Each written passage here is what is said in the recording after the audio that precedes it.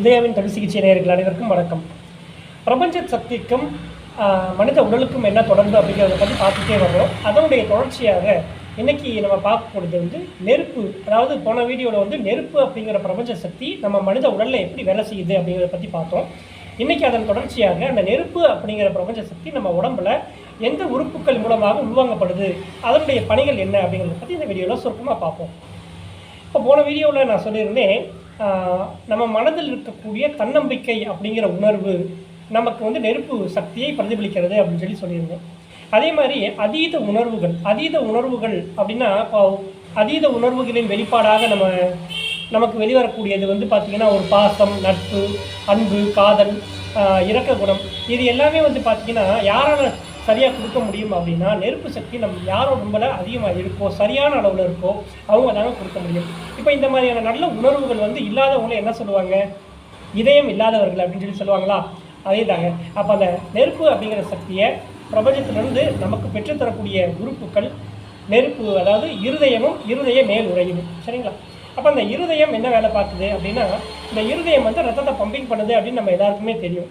சரி, இருந்தாலுமே அந்த ரத்தத்தில் என்ன இருக்குது அப்படின்னா, அந்த ரத்தத்தில் நம்ம சாப்பிட்ட சாப்பாடு, குடித்த நீர், நம்ம சுவாசித்த ஆக்சிஜன், அது மட்டும் இல்லாமல் நம்ம கல்லீரல் தயாரித்த மருந்துகளும், ஹார்மோன்களும், நிணநீர்களும், இது எல்லாமே ரத்தத்தில் கலந்துருக்கு. இந்த ரத்தத்தில் கலந்துருக்கக்கூடிய இந்த பொருட்களை இருதயம் பம்பிங் பண்ணி உச்சநிலையிலிருந்து உள்ளங்கால் வரைக்கும் அனுப்புதுங்க.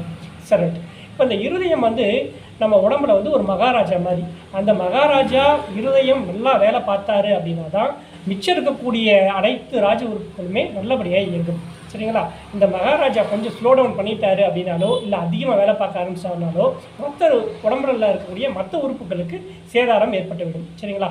சரி, அப்போ அந்த இருதயம் எப்போ நல்லா வேலை செய்யும் அப்படின்னா, நம்ம மகிழ்ச்சியோடு இருக்கும் பொழுது, நம்ம பிடிச்ச வேலையை பண்ணும் பொழுது, நம்ம பிடிச்சவங்களுக்காக ஒரு வேலையை பண்ணும் பொழுது, இல்லை நம்ம பிடிச்சவங்களோட சேர்ந்து ஒரு வேலையை பண்ணும் பொழுது, இந்த மாதிரி நேரங்களில் நம்மளுடைய இதயம் அழகாக சரியான அளவில் துடிக்குங்க.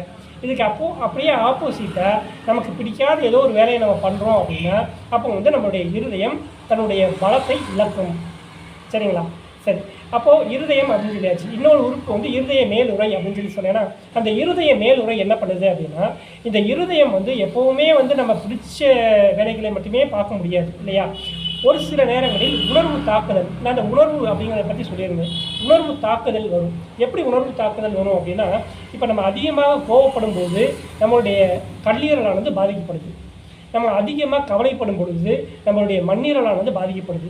அதிகமாக நம்ம துக்கப்படும் பொழுது நம்மளுடைய நுரையீரலானது பாதிக்கப்படுது. நம்ம அதிகமாக பயந்தோம் அப்படின்னா நம்மளுடைய கிட்னிஸ், சிறுநீரகங்கள் பாதிக்கப்படுது.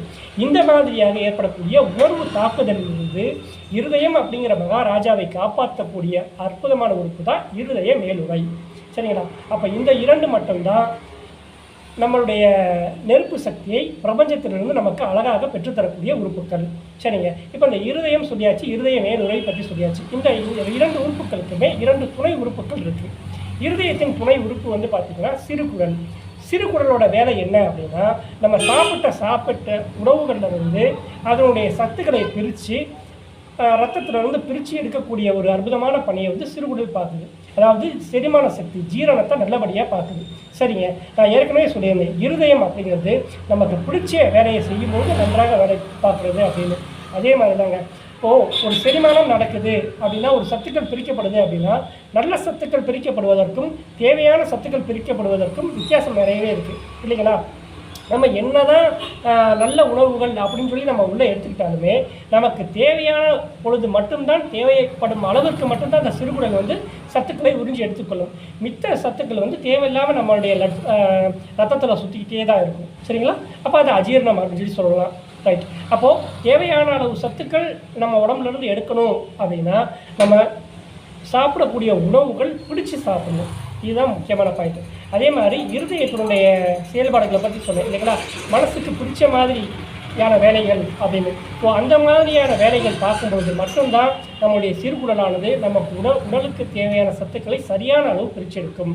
நம்ம கவலைப்பட்டுக்கிட்டு இருந்தோம்னாலோ, இல்லை அதிகமாக கோவப்படுறோம், இல்லை அதிகமாக துக்கப்படுறோம், இந்த மாதிரி சமயங்களில் பார்த்திங்கன்னா நம்ம சிறுகுடல், அதாவது இருதயத்தின் துணை உறுப்பான சிறுகுடல் அதனுடைய பணியை செய்வதில் தொய்வு ஏற்படும். சரிங்களா? ரைட். இப்போ இருதய மேலுறை பற்றி சொல்லியிருக்கேன். அதனுடைய துணை உறுப்பு என்ன அப்படின்னு பார்த்தோம்னா நம்ம உடம்புல வெப்ப மண்டலம். இந்த வெப்ப மண்டலம் அப்படிங்கிற பார்ட்டு அக்குபஞ்சரில் மட்டும்தான் சிறப்பாக சொல்லப்படுதுங்க. வேறு எந்த மருத்துவத்திலும் இருப்பதாக எனக்கு தெரியல. இந்த வெப்ப மண்டலத்தினுடைய பணி என்ன அப்படின்னா நம்ம உடம்புல 3 மண்டலங்களாக பிரிக்கிறாங்க. மேல் மண்டலம், நடுமண்டலம், கீழ் மண்டலம் அப்படின்னு. அந்த மேல் மண்டலத்தில் இருக்கக்கூடிய உறுப்புகள், அதாவது நுரையீரல்கள், இருதயம், உணவு குழாய், இது எல்லாமே பார்த்திங்கன்னா என்ன வேலை பார்க்குதுன்னா பிரபஞ்சத்திலிருந்து சக்தியை உள்வாங்குகிறது. சரிங்களா? அப்போ நடுமண்டலத்தில் இருக்கக்கூடிய வயிறு, மண்ணீரல், கல்லீரல், பித்தப்பை, இது எல்லாமே என்ன பண்ணுதுன்னா அந்த வாங்கிய பிரபஞ்ச சக்தியை சரியாக வடிவமைத்து நம்ம உடலுக்கு தேவைக்கேற்பவாறு பிரித்து கொடுக்குது. அடுத்து கீழ் மண்டலங்களாக இருக்கக்கூடிய சிறுநீர்ப்பை, சிறுநீரகம், சிறுகுடல், பெருங்குடல், இது எல்லாமே என்ன வேலை பார்க்குது அப்படின்னா அந்த வாங்கப்பட்ட சக்தியை, பிரபஞ்ச சக்தியை, கிரகிக்கப்பட்ட அற்புதமான பிரபஞ்ச சக்தியை தேவையான அளவு எடுத்துக்கிட்டு கழிவுகளை வெளியேற்றக்கூடிய அற்புதமான பணியை செஞ்சிருது. சரிங்களா? இதுதான் இந்த வெப்ப மண்டலம். ஆக நான் சொல்லக்கூடிய அந்த வெப்ப சக்தி, அந்த நெருப்பு சக்தி, இந்த 3 மண்டலங்களிலும் சரியான அளவு இருந்தால் மட்டும்தான் இந்த 3 பணிகளும் நமக்கு சிறப்பாக நடைபெறும். அதுக்காக இந்த வெப்ப மண்டலம். சரிங்க. அதே மாதிரி இருதயத்தின் வெளிப்புற உணர்வு உறுப்பு என்ன அப்படின்னா நாக்கு. அப்போது இருதயத்தின் வடிவத்தை ஒத்து நம்ம வெளி உறுப்பு என்ன அப்படின்னா நாக்கு. அதனால தான் இதயம் அப்படிங்கிற உள் உறுப்புக்கு அதனுடைய பிரதிபலிப்பு எதில் காமிக்குமா? வெளியில் இருக்கக்கூடிய நாக்கில் காமிக்குமா? சரி. அப்போது யாகாவாராயினும் நா காக்க அப்படின்னு சொல்லியிருக்காங்க. அதே மாதிரி தீயினால் சுட்ட புண் உள்ளாரும் ஆறாதே நாவினால் சுட்டவது அப்படின்னு சொல்லியிருக்காங்க. அப்போது நாக்கு அப்படிங்கிற ஒரு விஷயம் நம்ம சரியான அளவில் சரியான வார்த்தைகளை சரியான நேரத்தில் பிரயோகப்படுத்தினால் மட்டும்தான் நல்ல விளைவுகளை ஏற்படுத்தும். அப்படி இல்லை அப்படின்னா தீயில சுட்டதை விட அதிகமாக நம்மளுடைய வாழ்க்கையில் காயத்தையும் ஒரு வருத்தத்தையும் ஏற்படுத்திவிடும். சரிங்களா?